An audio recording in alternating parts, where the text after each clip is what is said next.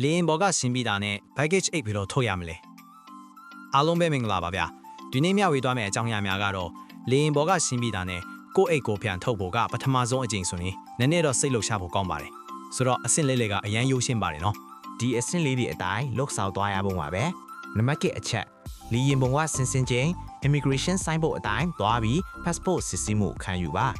နံပါတ်2အချက် passport စစ်ပြီးတာနဲ့ baggage claim ဆိုင်းဘုတ်နောက်ကိုလိုက်သွားပါအိတ်သွင်းလေ trolley လေးကြိုယူထားဖို့မမိတ်နဲ့နော်နံပါတ်3အချက် check flight number လီရင်အမှတ်စင်စစ်ဆေးပါ TV screen ဒီမှာကိုယ့်ရဲ့ flight number ကိုရှာပါ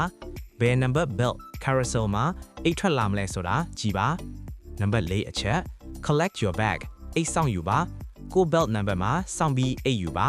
အိတ်ချင်းမနိုင်လို့အိတ်မှာကတ်ထားရဲ့ baggage tag number ကိုတေချာတိုက်စစ်ပါနံပါတ်5အချက် customs and exit အကောင့်ခွန်နင်းအထွက်အိတ်ရပြီဆိုရင် customs အကောင့်ခွန် gate ကိုဖြတ်ပြီးအပြင်ကိုထွက်နိုင်ပါပြီ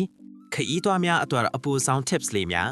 baggage tag ကိုမပြစ်ပါနဲ့တခါတလေအိမ်မားယူတာမျိုးမဖြစ်အောင်အပြင်ထွက်ခါနီလုံခြုံရေးက tag စစ်တတ်ပါတယ်အိတ်ကိုအမှတ်အသားလုပ်ထားပါအိတ်တွေကစင်တူတာများလို့မိမိအိတ်မှာရောင်စုံကြိုးချီတာဖြစ်တဲ့စတစ်ကာကတ်တာဖြစ်တဲ့လုပ်ထားရင်အဝေးကတွေကမြင်ထားရင်ပိုချရလွယ်ပါတယ်အိတ်ပြောက်ဆုံးပျက်စီးခဲ့ရင်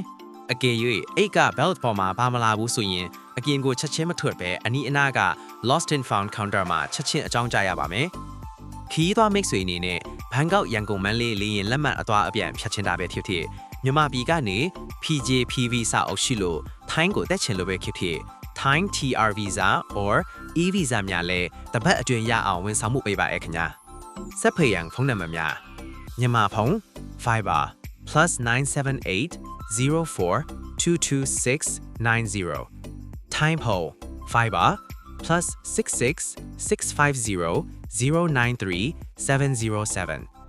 အားလုံးပဲပျော်ရွှင်စရာခီးစဉ်လေးဖြစ်ပါစေ